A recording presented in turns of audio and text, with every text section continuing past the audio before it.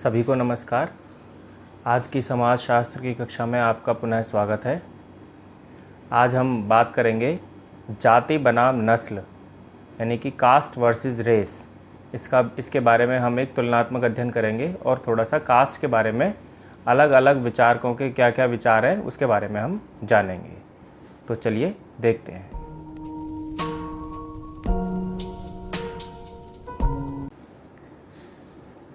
तो शुरू करते हैं आज का विषय कास्ट वर्सेस रेस।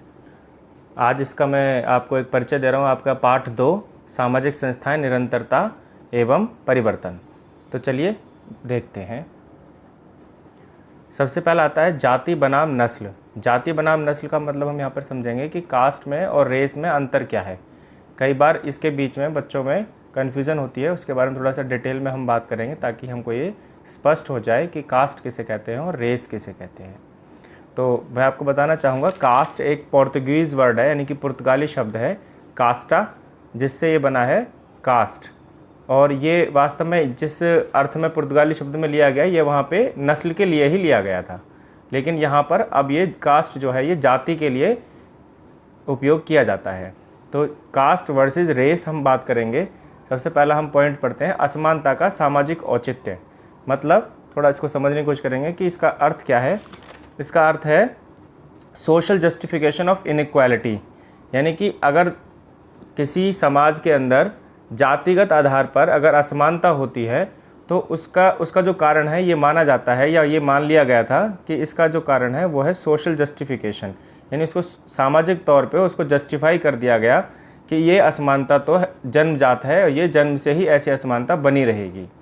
दूसरा आता है दोनों भेदभाव की रेखाओं के माध्यम से देखा जाता है, यानी कि भेदभाव के आधार पर दोनों को अंदर ये माना गया है कि रेस जो है, कोई जैसे कास्ट के बारे में बात करते हैं तो एक कास्ट सिस्टम है पूरा का पूरा, ये हर एक धर्म के अंदर पाया जाता है। तो उसके अंदर एक अपर कास्ट होती है, एक लोअर कास्ट होती है। इस तरीके से एक को ऊंचा माना गया, एक को नीचा माना गया। उसी प्रकार से रेस भी, कई जो नस्लें हैं, कई जो रेस थी, उन्होंने अपने आप को ऊंचा स्थापित करने की कोशिश की उपनिवेशवाद काल के समय पर, ये हम जानते हैं।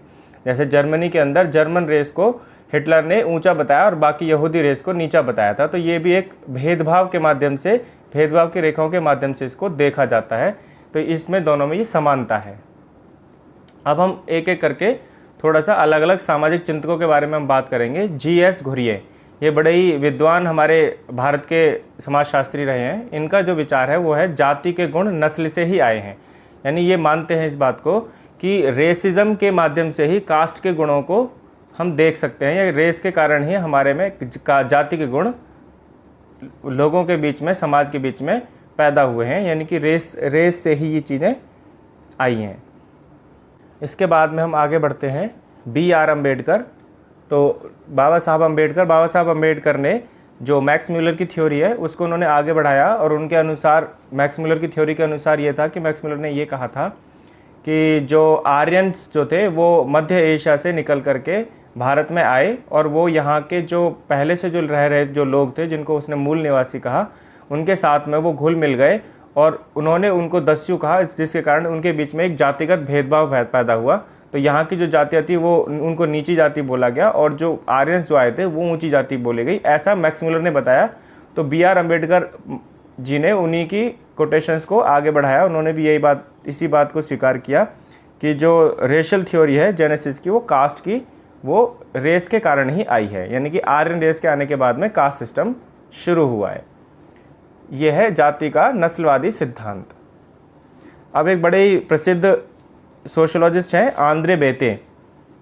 आंद्रे बेते और दीपांकर गुप्ता। इनका एक बहुत ही प्रसिद्ध कॉन्सेप्ट है ब्राह्मणिकल सुप्रीमेसी, यानी कि ब्राह्मणवादी व्यवस्था। ब्राह्मणवादी व्यवस्था का मतलब होता है जहाँ पर कि मुख्य तौर से 4 प्रकार की जातियों को अगर हम वर्गों में बांट देते हैं, जिस प्रकार से शूद्र, वैश्य, क्षत्रिय और ब्राह्मण।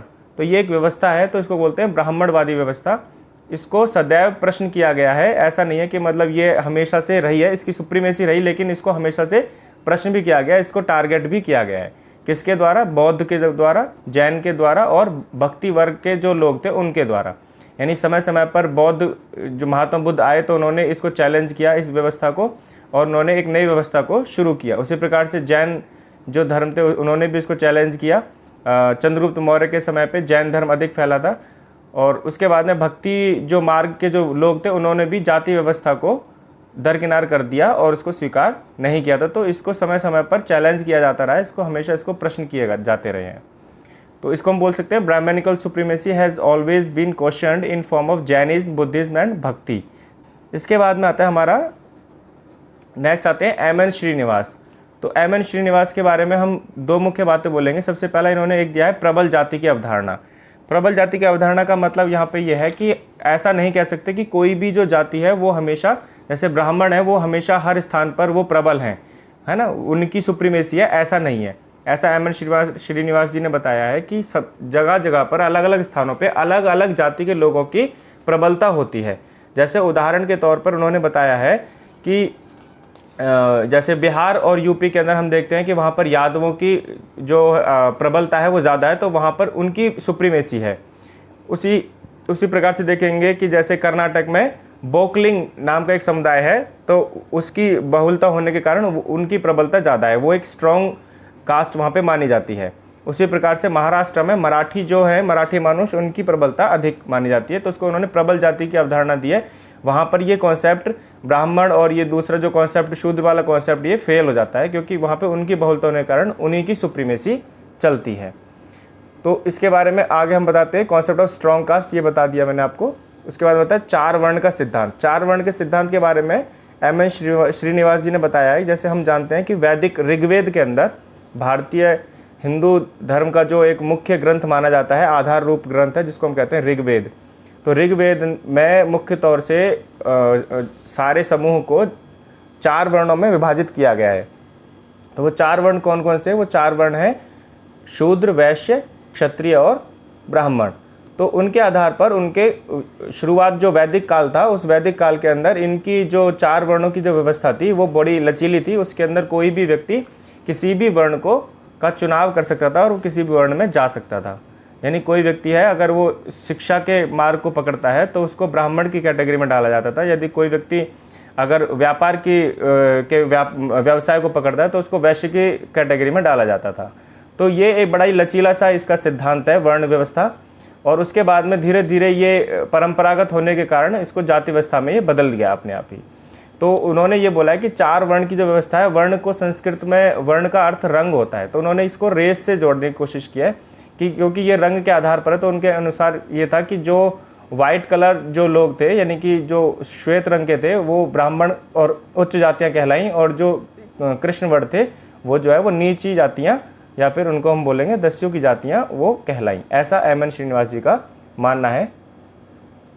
इसके बाद में आती है ये, इसको फोर वर्ण थ्योरी कह सकते हैं। तो निष्कर्ष के तौर पे हम यहाँ पे कुछ पॉइंट्स निकाल सकते हैं समझने के लिए। जैसे जाति जो है वो ज़्यादा चलायमान है और नस्ल की तुलना में, यानी कि नस्ल जो होती है, रेस जो होती है वो काफ़ी कम डायनेमिक होती है, और कास्ट जो होती है वो ज़्यादा डायनेमिक होती है। यानी कि लोग जो हैं वो अपने एक जाति से दूसरी जाति में, तो जाति एक बंद व्यवस्था है। वैसे मैं आपको स्पष्ट कर दूं, जाति एक बंद व्यवस्था है जिसमें व्यक्ति जन्मजात इसको लेकर के पैदा होता है। लेकिन कई स्थानों पर ये देखा गया है कि लोगों ने अपनी जाति को छोड़ करके दूसरी जाति को अपना लिया। इसको संस्कृतिकरण की अवधारणा कहते हैं। ये एम एन श्रीनिवास जी के द्वारा दी गई है। इसके बारे में आगे फिर से चर्चा होगी। जाति में गति संभव है, ये मैंने आपको बता दिया है। यानी कि race are more rigid than caste. Race जो होते हैं वो रिजिड होती हैं, वो फिक्स होती हैं, उसके अंदर कोई भी चेंज नहीं हो सकता। यानी कि रेस क्या है? वो रेस एक बायोलॉजिकल फिगर के ऊपर निर्धारित करती है। यानी किसी की आंखों की जो रंग है, आंखों का रंग कैसा है, किसी के कान की आकृति कैसी है, नाक की आकृति कैसी है ना। नॉर्थ ईस्ट के लोगों का एक जो बॉडी है वो एक अलग ढंग की है, नॉर्थ इंडिया की अलग है, साउथ इंडिया की अलग है, अफ्रीकन्स की अलग है। तो ये रेस के ऊपर आधारित है, तो इसलिए ये रिजिड होती है, इसको आप बदल नहीं सकते हैं। जबकि कास्ट में परिवर्तन हो सकते हैं। जातियों में उपजातियाँ व उपजातियाँ भी पाई जाती हैं, उपजातियाँ। यानी कि जातियों में हम देखते हैं कि जातियाँ सिर्फ ऐसा नहीं है कि ब्राह्मण जाति है तो ब्राह्मण सुप्रीमेसी है। ब्राह्मण जाति के अंदर भी अनेकों उपजातियाँ और उपजातियाँ होती हैं, ठीक है। उसमें भी ऊंची नीची इस प्रकार से उसका विभाजन होता है। ये केवल ब्राह्मणों में नहीं, अन्य जातियों में भी इस प्रकार का विभाजन पाया जाता है।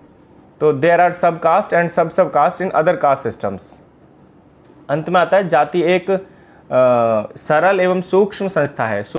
कि सरल तो आप समझ में आ गया कि एक विभाजन है कार्यों के आधार पर, और सूक्ष्म का अर्थात यहाँ पे है कि ये छोटे से छोटे स्तर पर चला जाता है। जैसे मैंने ऊपर बताया, ये उप जातियों में विभाजित हो जाता है। जबकि हम बोलेंगे race is much macro in nature. जो रेस होती है ये एक बड़े बृहद आकार में होती है, बड़े स्थूल आधार पर होती है, क्योंकि पूरा एक महाद्वीप जो है वो सेम रेस को बिलोंग करता है। तो ये हमारा आज का हमारा विषय है। तो इसको आप ध्यान से पढ़ेंगे और पूरी वीडियो को ध्यान से देख करके आगे के विषय को समझने का प्रयास करेंगे। तब तक के लिए धन्यवाद।